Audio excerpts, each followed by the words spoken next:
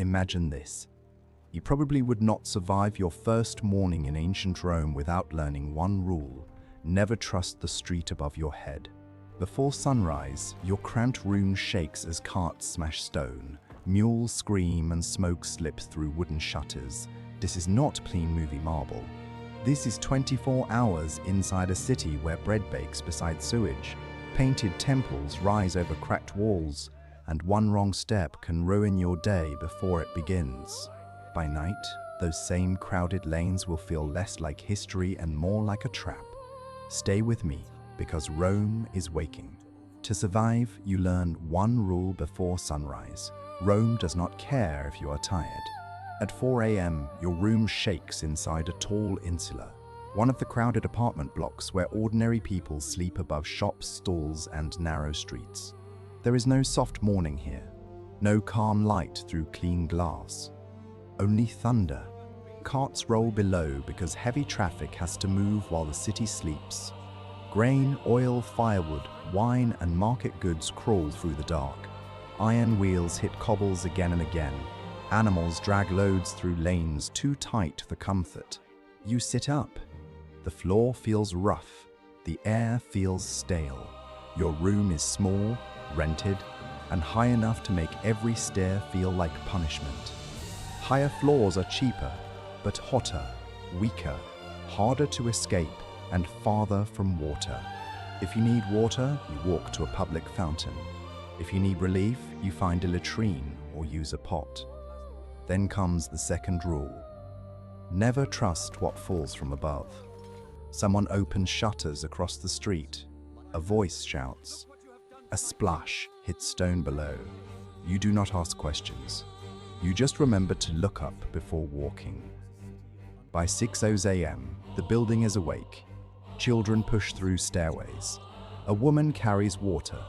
A baker's boy runs past with flour on his arms.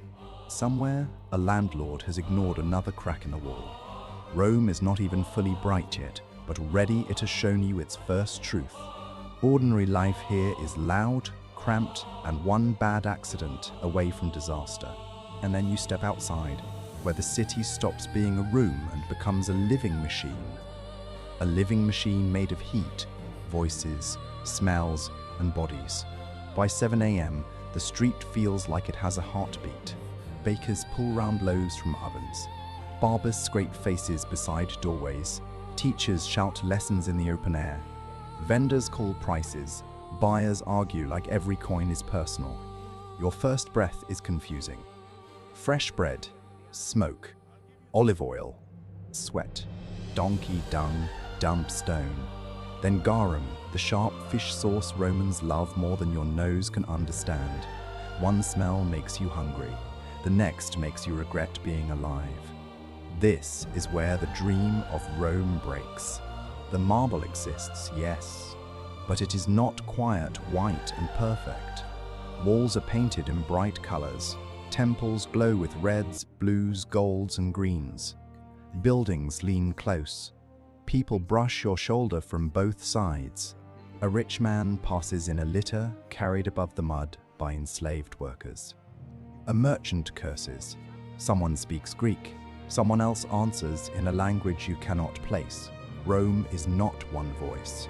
It is a crowd pulled from across the empire. By 9 a.m., the forum pulls you forward. Here, the city changes tone. It becomes theater. Lawyers shout as if the gods are judging their breath. Priests lead animals towards sacrifice.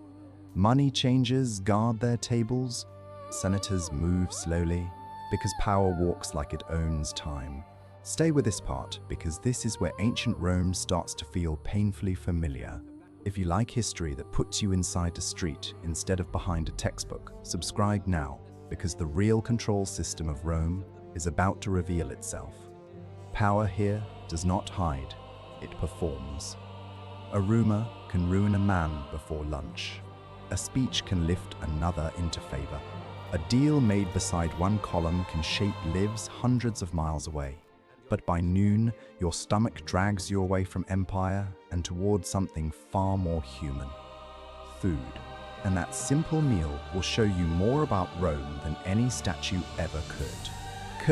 because food tells the truth marble tries to hide. At noon, you stop at a thermopolium, a street food counter built into the wall. Clay jars sit inside the stone counter, holding hot beans, lentils, stew, wine, or sauce. Many ordinary Romans do not cook grand meals at home. Their rooms are too small, too crowded, or too risky for much fire. So the street becomes the kitchen. You eat standing up, bread in one hand, a bowl in the other. Maybe chickpeas, maybe porridge. The wine is watered down because drinking it straight is seen as rough, even in a city that throws waste from windows. Around you, Rome keeps moving. A butcher rinses blood from stone. Two men argue about chariot racing like their family honor depends on it. A tired worker eats fast and disappears. For a second, the city feels shared. Rich, poor, free, enslaved, local, foreign. Everyone moves through the same heat. The rich are carried, the poor walk, the powerful eat later, longer, softer. Enslaved people cook, clean, lift, carry, build, and vanish into the background unless you force yourself to see them. Rome feeds the crowd, but it does not feed everyone equally. That is the trick. Rome can feel public while being deeply unfair. It can give bread, baths, games, roads, and laws. While still resting on fear and labor, most people pretend not to notice. By early afternoon, dust sticks to your skin. The sun presses down. Your feet ache. Then the crowd begins drifting toward the one place that almost makes Rome feel generous, the baths. And once you enter, the city becomes so impressive that you almost forget the human cost underneath it. Underneath it, fires burn, workers feed them, water moves through systems you may never see. By 3 p.m. you step into the baths and suddenly Rome feels impossible for the ancient world. High ceilings, warm rooms, hot pools, cold plunges, steam, stone, gardens. This is not a private palace. It is a public world built around water. For a small fee, ordinary people can enter a place grander than anything they own. A worker soaks sore muscles. A merchant hears news about grain prices. A man repeats gossip he should not know.